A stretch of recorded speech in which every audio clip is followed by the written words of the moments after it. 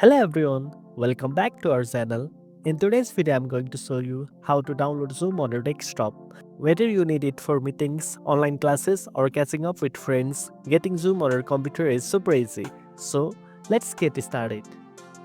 First of all, open your web browser and go to the official Zoom website by typing zoom.com in the address bar.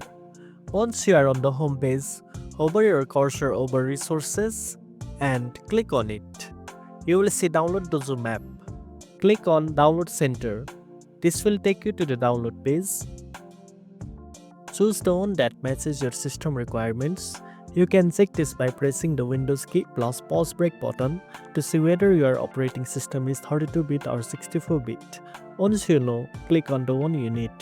Here I am choosing 64-bit and the installation file will start downloading automatically. Once the download is complete, locate the file in your downloads folder and double-click it to start the installation.